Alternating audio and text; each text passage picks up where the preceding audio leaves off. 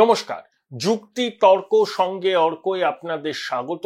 আপনাদের সঙ্গে আমি অর্কপ্রভ সরকার।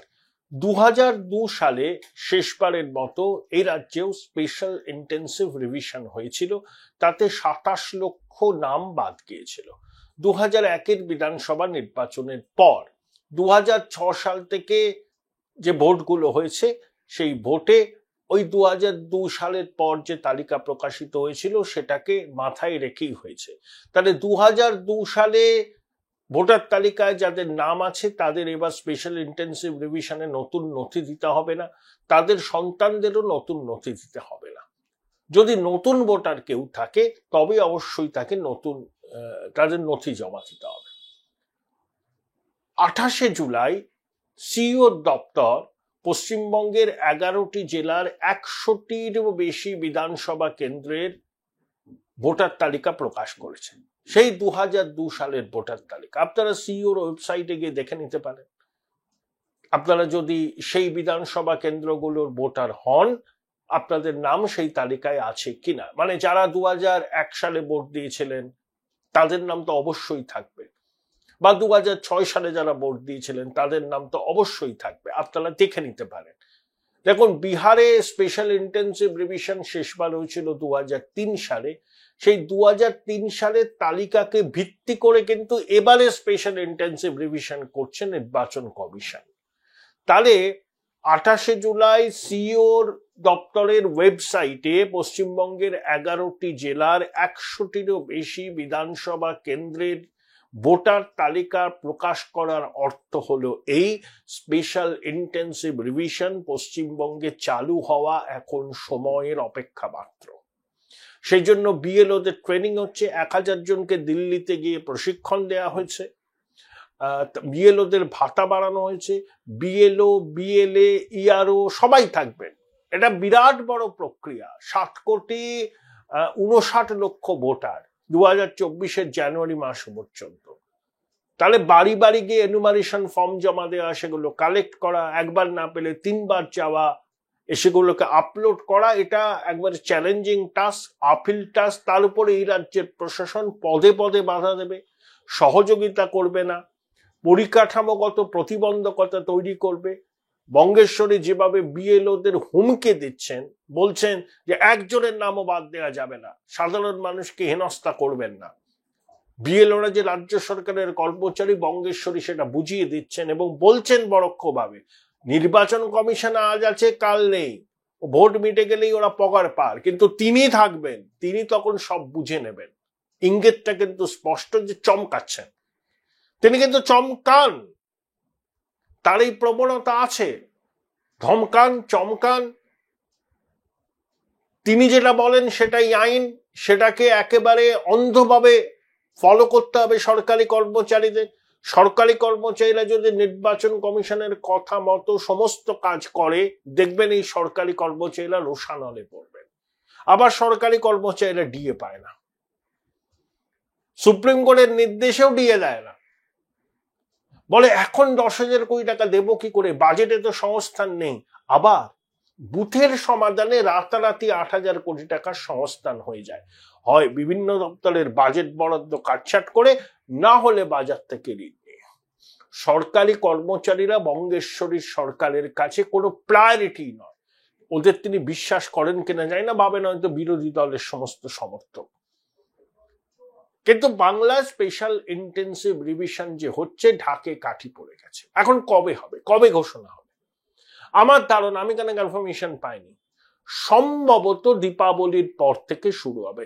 এই কালপর্বে বিএলওদের ট্রেনিং, পরিকাঠামোগত সংস্কার, সিইও দপ্তরের শূন্য পদ পূরণ, এই করতে করতে সময় চলে যাবে।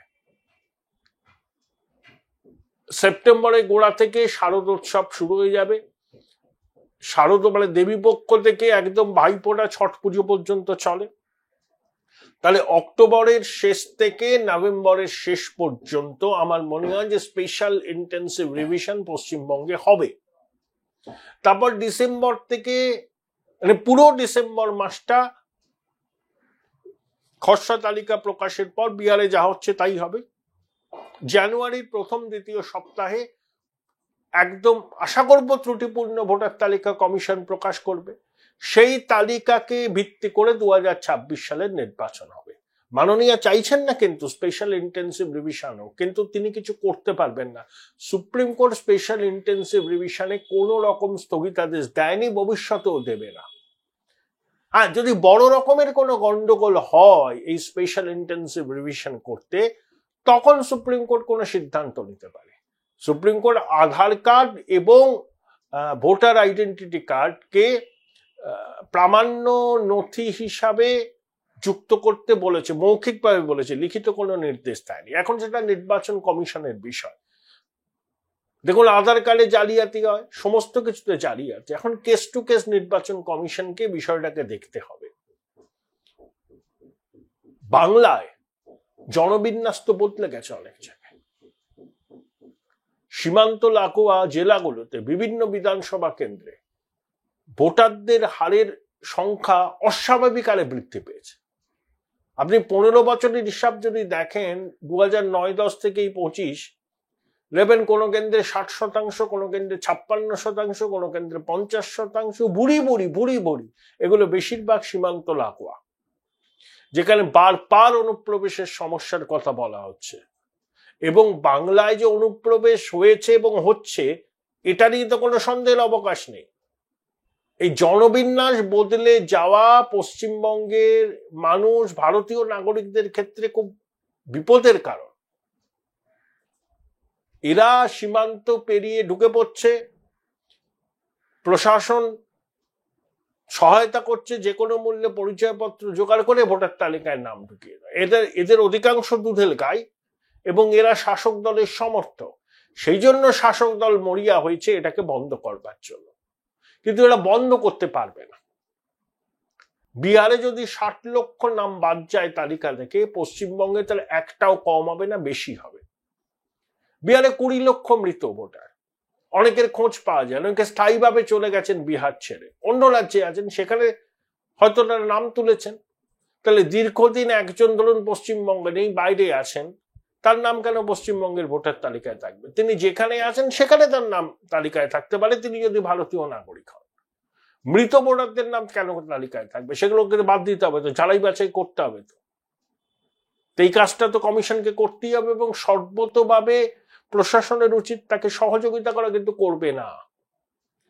দামামা বাজাবেন, বঙ্গেশ্বরী দামামা বাজাবেন, নির্বাচন কমিশনকে ঘেরাও করবে, ইতিমধ্যে হুমকি দেওয়া শুরু হয়ে গেছে, দেখে নেব, বুঝে নেব, আমরাই সরকারে থাকবো। তারপর মিথ্যে ন্যারেটিভ। দিল্লির ঘটনায় মুখ পুড়ল, মহারাষ্ট্রের ঘটনায় মুখ পুড়ল, ফেক নিউজ ছড়ানো হচ্ছে, বাংলা আক্রান্ত, বাঙালি আক্রান্ত, এই ন্যারেটিভ। বাঙালি আক্রান্ত হয়নি। লক্ষ লক্ষ ছেলে মেয়ে পশ্চিমবঙ্গ থেকে বাইরের রাজ্যে যায়, কাজ করে, পড়াশোনা করে, কেউ বলতে পারবেন না যে তারা আক্রান্ত। কিন্তু বাংলাদেশিদের চিহ্নিত করার কাজ সারা ভারতবর্ষ জুড়ে শুরু হয়েছে। সেখানে হয়তো কিছু জায়গায় এক্সেস হয়েছে, কিন্তু তার মানে এই নয় বাঙালি হেনস্থা হচ্ছে, বাংলায় কথা বললে হেনস্থা হচ্ছে।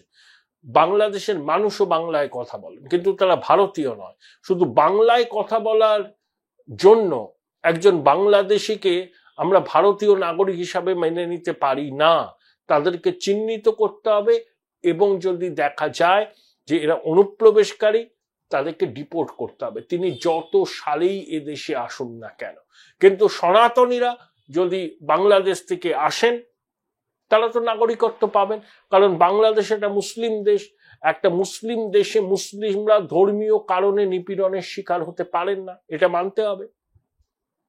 এটাই সিএ এর মূল ভিত্তি। নেহেরু লিয়াকত চুক্তিটা বঙ্গেশ্বরী পড়ে দেখুন। স্বাধীনতার পর এত বছরে মুসলমান জনসংখ্যা ভারতবর্ষে বেড়েছে, কিন্তু আমাদের পড়োশী পাকিস্তানে কমেছে, বাংলাদেশে কমেছে। ধর্মীয় কারণে নিপীড়নের জন্য হিন্দুরা বাংলাদেশ পাকিস্তান থেকে চলে আসতে বাধ্য হয়েছেন। এখনো বাংলাদেশে যারা আছেন তাদেরকে এথনিক ক্লিনজিং করা হচ্ছে। কিন্তু ভারতবর্ষে দেখুন, মুসলমানদের সংখ্যা বেড়েছে, কমেনি। কিন্তু পাকিস্তান বাংলাদেশে সনাতনীদের সংখ্যা কমেছে। তাই সনাতনীরা ধর্মীয় কারণে অত্যাচারে যদি বাংলাদেশ থেকে এখানে আসেন তারা নাগরিকত্ব পাবেন, এই জন্যই সিএএ, তাদেরকে নাগরিকত্ব দেওয়া হবে, তারা ভোটার তালিকায় তাদের নাম থাকবে। কিন্তু বাংলাদেশ থেকে আগত মুসলিম অনুপ্রবেশকারীরা কিন্তু ভারতের নাগরিকত্ব পাবেন না, তাদের নামও থাকবে না ভোটার তালিকায়। কারণ একজন মুসলিম একটি মুসলিম অধ্যুষিত দেশে, যেখানকার রাষ্ট্রধর্ম ইসলাম, কখনোই ধর্মীয় নিপীড়নের শিকার হতে পারেন না। Join Indian Institute of Hotel Management now. Right choice, right decision.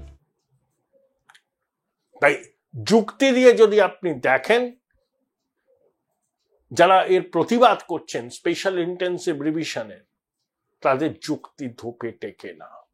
Voter তালিকা সংশোধন একটা নিরন্তর প্রক্রিয়া, কিছুদিন অন্তর অন্তরই করা উচিত। এবং এটা হচ্ছে অভিযোগ তো সর্বত্র যে ভুয়ো ভোটার অনুপ্রবেশকারী বাংলাদেশিদের নাম ভোটার তালিকায় আছে। এই তো কয়েকদিন আগে দেখলাম কাকদ্বীপের ভোটার বাংলাদেশের ভোটার, বিএনপির এক নেতা নাম পরিচয় ভাঙিয়ে এখানে তালিকায় নাম তুলেছে। এই পশ্চিমবঙ্গে আনসার আল্লাহ বাংলা স্লিপার সেলের সদস্য ধরা পড়েছে। এই পশ্চিমবঙ্গে শারদোৎসবের সময় আজ থেকে 11-12 বছর আগে বর্ধমানের খাগড়াগড়ে বিস্ফোরণ হয়েছিল, আমরা ভুলে যাইনি।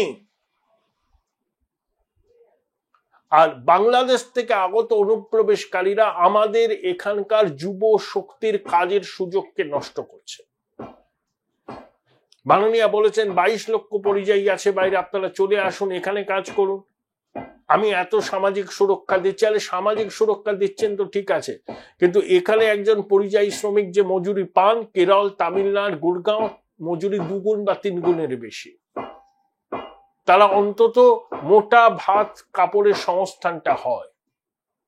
পরিযায়ী শ্রমিক মাত্রই বাংলাদেশি নয়, পরিযায়ী শ্রমিকদের একটা অংশ আবার অবৈধভাবে এদেশে ঢোকা বাংলাদেশি অনুপ্রবেশকারী। এটা দুটোই সত্য। ভারতীয় নাগরিক তিনি ধর্মে যাই হন না কেন, মুসলমান হোক, হিন্দু হোক, খ্রিস্টান হোক, শিখ হোক, জৈন হোক, পারসিক হোক, ভারতের সংবিধান তাদের সব রকম অধিকার দিয়েছে, নাগরিক অধিকার, তাদের কোনো তো সমস্যা নেই। স্পেশাল ইন্টেন্সিভ রিভিশনে তাদের কোনো সমস্যা নেই। সমস্যা অবৈধভাবে যারা বাংলাদেশ থেকে অনুপ্রবেশ করেছে, চোরাপথে কাগজপত্র জোগাড় করে নাম তুলেছে ভোটার তালিকায়, তাদেরকে চিহ্নিত করে বাদ দিতে হবে। এটা তো সিম্পল টাস্ক। ভারতীয় মুসলমান বা ভারতীয় নাগরিকদের কোনো তো অসুবিধা নেই, তারা তো এদেশের নাগরিক। হিন্দুদের যা অধিকার মুসলমানদেরও তাই অধিকার, তিনি যদি ভারতের নাগরিক হন। কিন্তু অনুপ্রবেশকারী তিনি বাংলায় কথা বলেন, তার অধিকার কখনো একজন ভারতীয় নাগরিকের অধিকার নয়। তিনি ভারতের নাগরিকই নয়, তিনি অবৈধ অনুপ্রবেশকারী। তাই অবৈধ অনুপ্রবেশকারীদের ডিপোর্ট করতে হবে। সেই লক্ষ্যেই কিন্তু বৃহত্তর লক্ষ্য কিন্তু এটাই, অনুপ্রবেশকারীদের চিহ্নিত করা, তাদের নাম বাদ দেওয়া। সেজন্যই এসআইআর, এবং এটা হবে। যেভাবে 28শে জুলাই সিইও দপ্তর থেকে 2002 সালের 11টি জেলার শতাধিক বিধানসভা কেন্দ্রের ভোটার তালিকা প্রকাশ করে দেওয়া হয়েছে, এর থেকে এটাই প্রমাণিত হয় যে কমিশন একদম পূর্ণ প্রস্তুতি নিচ্ছে, ফাঁক ফোকর রাখতে চাইছে না। আটঘাট বেঁধে নামবে। বিএলওদের ট্রেনিং হয়ে গেলে পরিকাঠামোগত যে সমস্ত লুপহোলস আছে সেগুলো ফিল আপ করে সিইও দপ্তরে লোক নিয়োগ করে সিইও দপ্তরকে রাজ্য প্রশাসনের থেকে প্রভাব মুক্ত করে তবেই তারা যেন এসআইআর এর বিজ্ঞপ্তি জারি করে। এবং কমিশনকে মনে রাখতে হবে, সংবিধান তাদের প্রভূত ক্ষমতা দিয়েছে নির্ভুল ভোটার তালিকা তৈরি করার, এবং এই রাজ্য প্রশাসন কিন্তু পদে পদে বাধা দেবে, অসহযোগিতা করবে, ধমকাবে, চমকাবে, ঘেরাও করবে। এইসব ইভেন্চুয়ালিটিসের জন্য কমিশন যেন প্রস্তুতি রাখে। পশ্চিমবঙ্গের মানুষ, দেশের প্রত্যেকটি নাগরিক কমিশনের এই উদ্যোগকে সমর্থন করবে। এই চ্যালেঞ্জ কমিশনকে নিতে হবে এবং এই পরীক্ষায় তাদের সসম্মানে উত্তীর্ণ হতে হবে।